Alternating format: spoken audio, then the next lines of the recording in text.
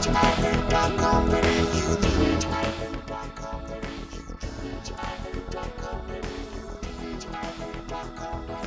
to the weekly update. Today we are joined by Monica Evans, Acting Health Practice Manager at WorkSafe, to discuss the large employer pilot. Welcome, Monica. Thank you. Thanks very much, Rem.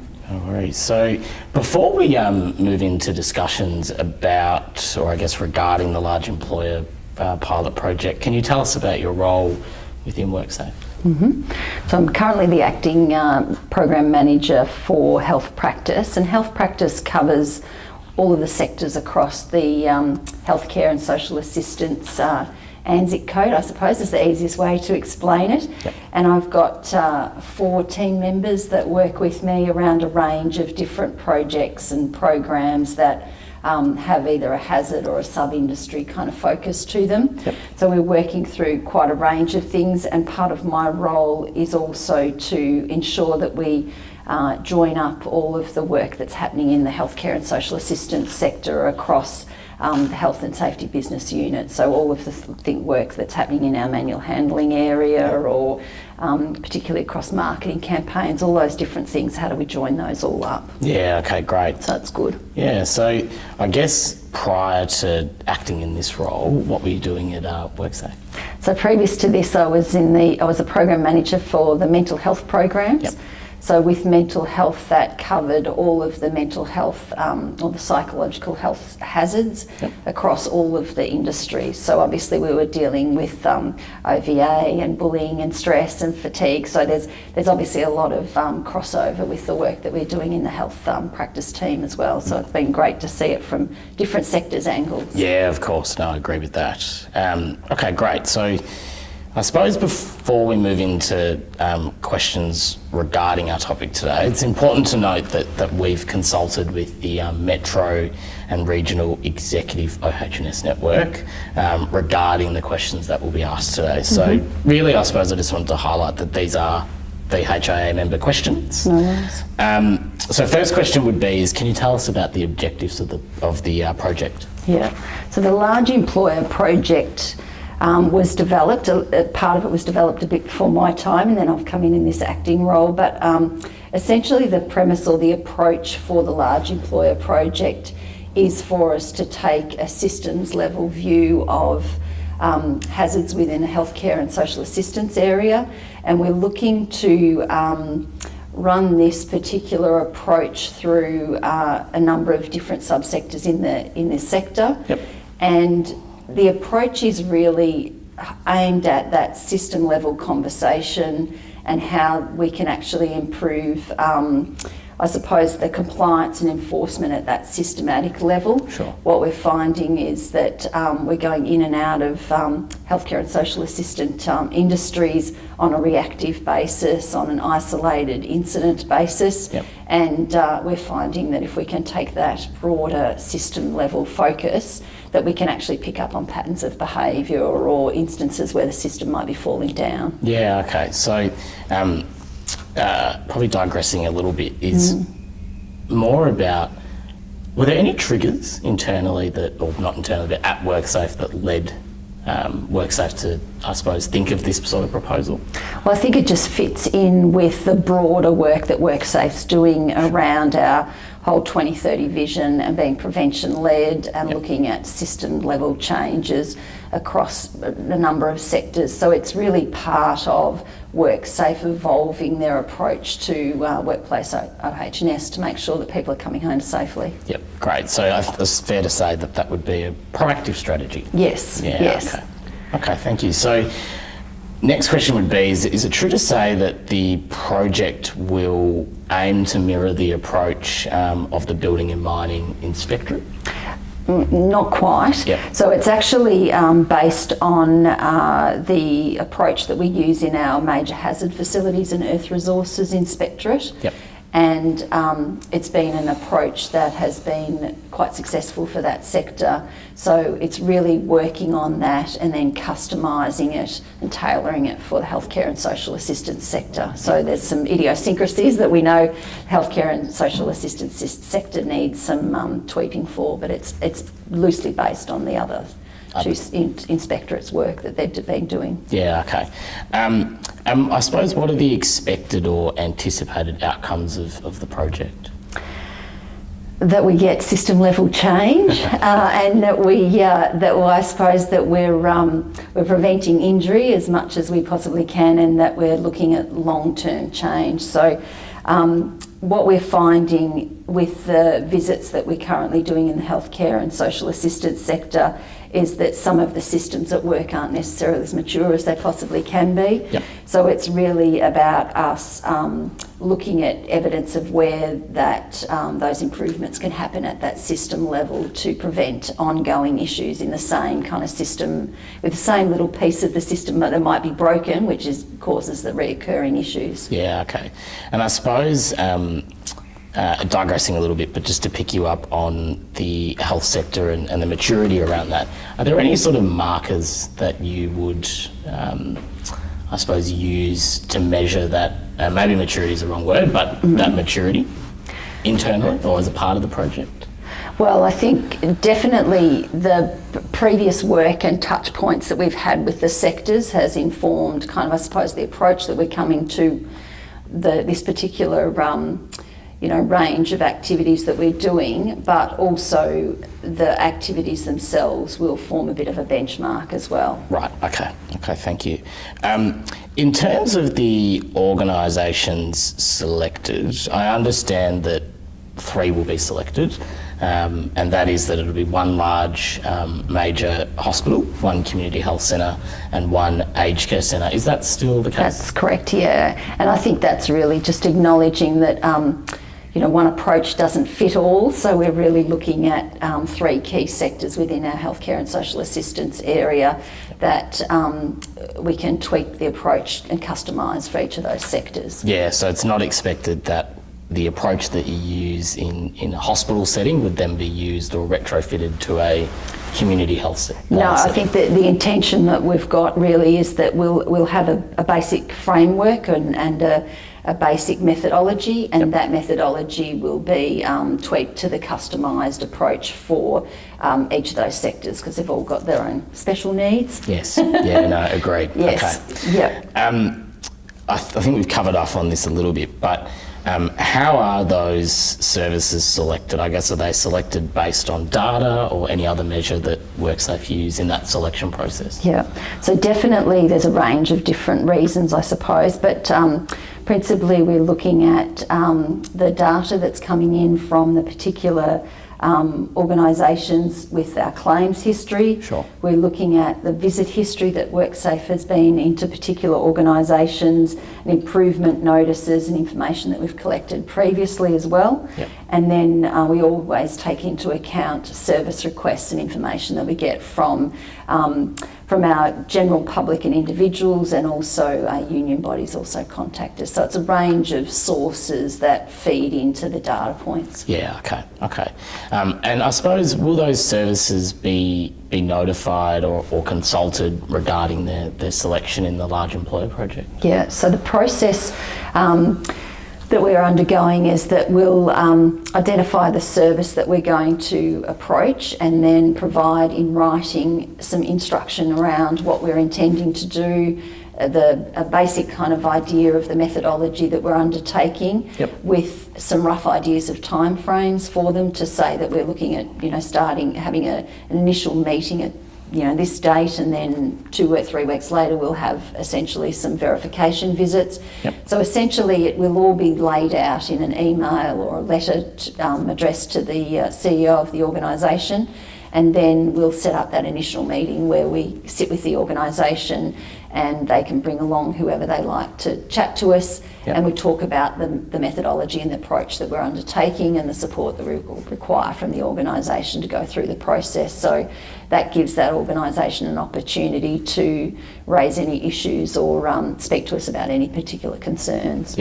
Are they, and again just digressing a little bit, but are they, I suppose, through that process, Health Service receives the letter and they say that you're part of the pilot project.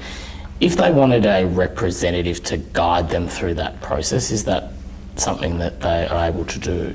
What kind of a representative are you thinking? What's your thoughts on? So let's say, for example, we had a community health centre, they're selected, they contact us, they say, Rem, we've been selected for this pilot project.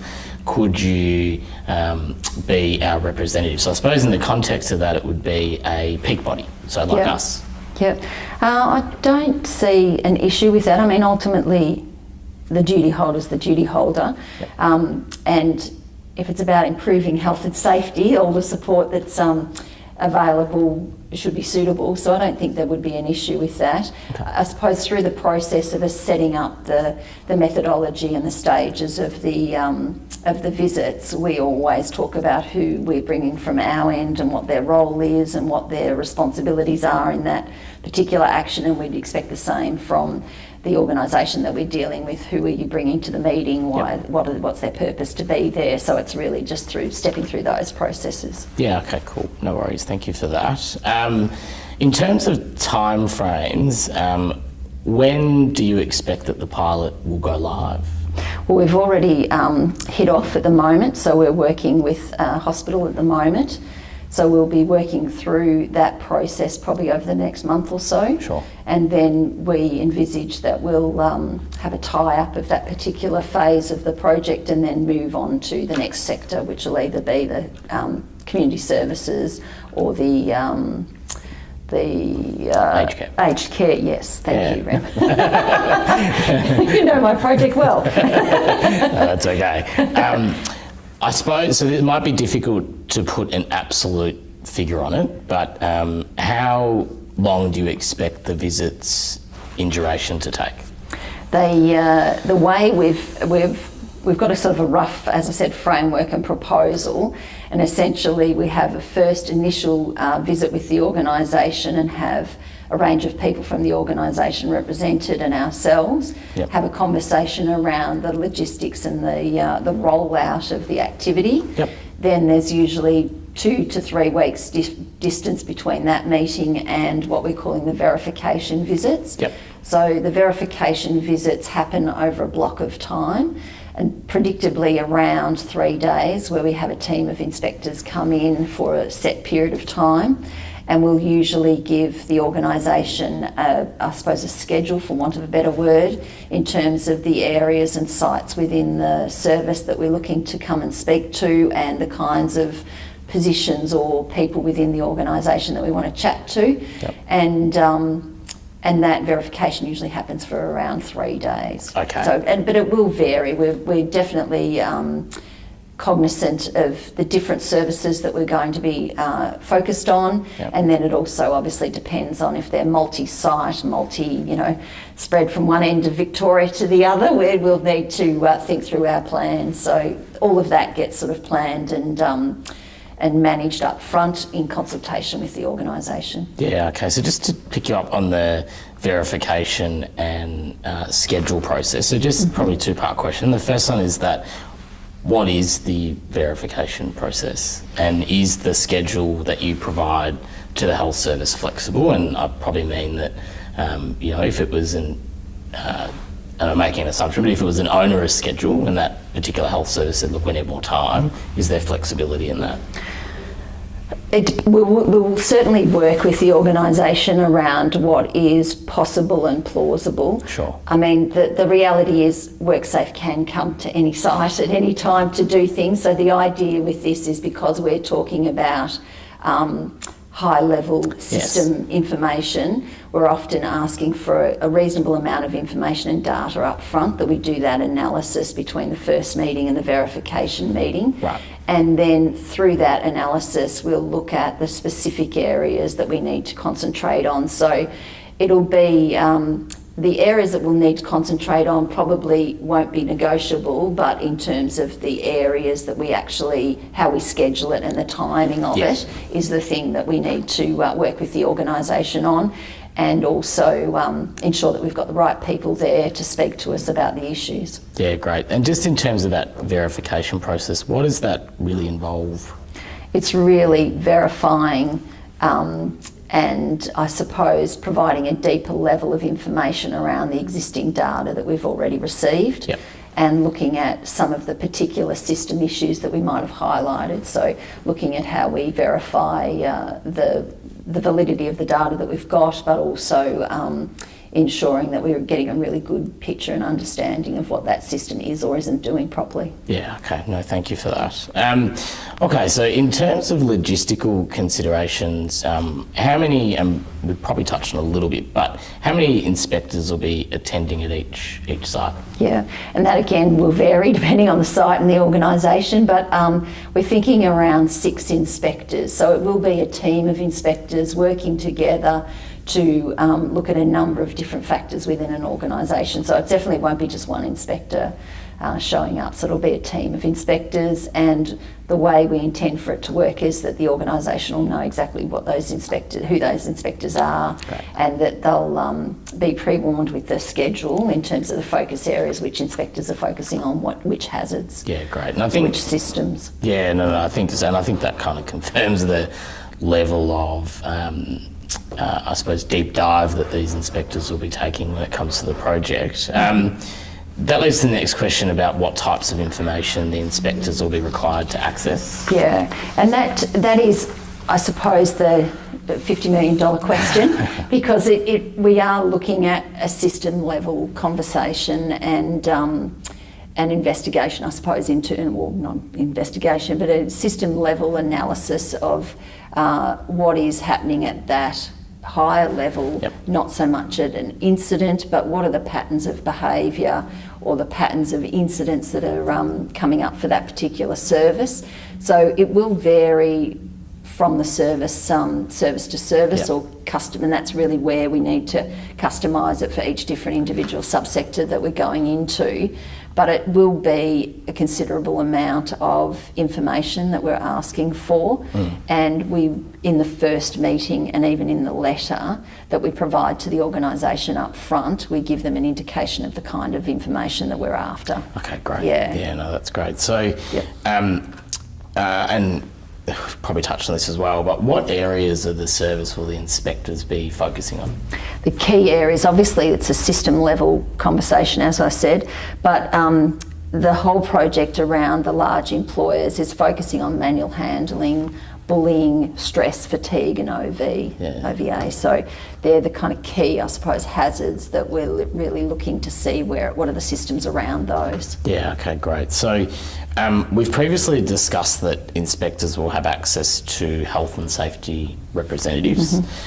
Is that still the case? And if not, or the secondary question is, are there other staff members that the inspectors will be required access to? Definitely. So we always ask to speak to OH&S representatives, but because we are having a systems level conversation, there'll be various people within the layers of the organisation that will need to talk to about that operating system and how it works and what their interface is with it. So Yep. definitely a range of people across the organisation will be identified as, I suppose, key people, that not individuals, but key positions Yes. that we'll need to speak to, and that'll be up to the organisation to provide those individuals and provide that support for us. Yeah, great. So will that be reflected in the correspondence? Yes. Yeah. Okay. Yeah. So when we do the schedule, that'll identify key systems that we'll be looking at, and particularly key areas within the hospital or the health service or the aged care service Yep. that we're looking at focusing on, and then we'll look at specific positions within that unit, function, whatever it is, Great. and ask for representation for those particular individuals to be available on, this half day or that half day or wherever it fits in the schedule. Yeah, great. So I think for our guys and for our members, it's all about the notice. Yes, So, yeah, exactly. I And we think- understand it's a considerable conversation and a considerable block of time, but we figure that if we've given people plenty of notice around it, and that ultimately we probably can come in and have these conversations at any point Of course. without any notice, so we're really saying work with us on it. Yeah, no, and that's a good approach. So I suppose moving into logistical considerations, lastly on logistical considerations, will there be any room requirements that the inspectors will be required access to, and for example that might include a lunchroom. Yeah. So the way our scheduling is working is that we're identifying that we need a room at the start of the day for the inspectors and key staff from the service to actually meet and do a kick-off meeting for the day. Yep. And just verify this is where we're going, this is who we're seeing, this is who's lined up. Yep. And then have a place where the inspectors can come and gather at a lunch kind of break time to be able to come back and gather their thoughts and make some notes and things, and then at the end of the day. So we've said to the services that we're working with to identify a space where they can kind of make it their own for that period of time. Yep, no, that's fine. So just another question that sort of digressing a little bit, but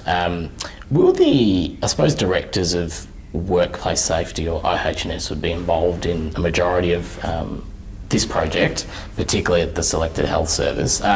Will they be involved in discussions with health and safety reps?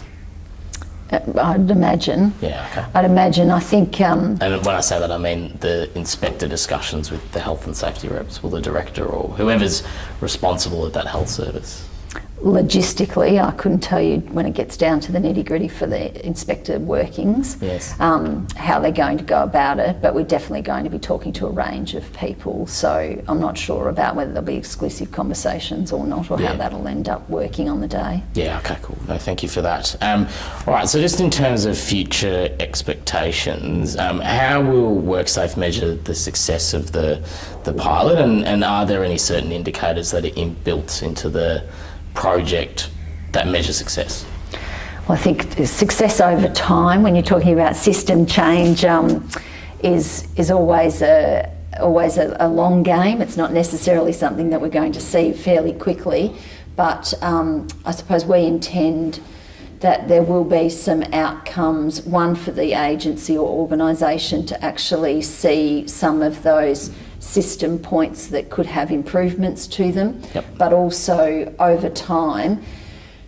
This approach doesn't kind of take away from our normal approach where we've got a service request or an incident where we'll come and still do that work. That'll still be happening as well, but over time we hope that when the systems are a bit more mature and there's less, I suppose, gaps maybe in the systems or falls, where it's let us down or whatever, that there'll be less incidents then that will come through and less repetitive incidents theoretically.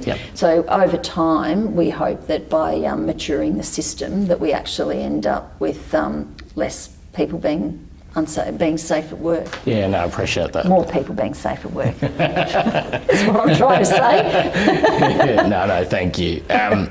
All right, so if the pilot is a success, is the expectation that this approach will be, I suppose, a permanent approach? Well, definitely the system level conversation is a conversation that we're moving towards anyway. So the approach, WorkSafe through 2030, is modelling and testing a whole range of different approaches to WorkSafe health and safety. So anything that works and ensures that we have safer people at work will be scaled up to a longer term approach. It's early days for this approach, but we're very hopeful that the systems level conversation will pick up a whole range of efficiencies across the system. Yeah, great. And I suppose in closing today, how will the learnings of the pilot project be shared across the sector? I think, and more broadly, within WorkSafe Victoria, I think that the more sharing of learnings, the better the outcome it is for the project itself. Definitely. Yep. So, and there's definitely embedded in the approach that we're taking a broad communication strategy internally within WorkSafe around all of these different methodologies that are rolling out at the moment as part of 2030. How can we actually build on and scale up and leverage off existing work that's working really well for us? So there's that learning that happens across the organisation internally, but also externally. We want to also get that out to our stakeholders around different methodologies and ways of working that we think will ensure that people come home safely. Yeah, great. No, great. Thank you very much for joining us today, Monica. All the best. No problems. Thanks, Rem.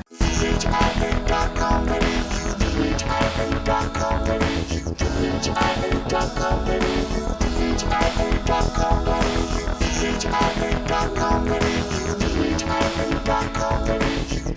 you.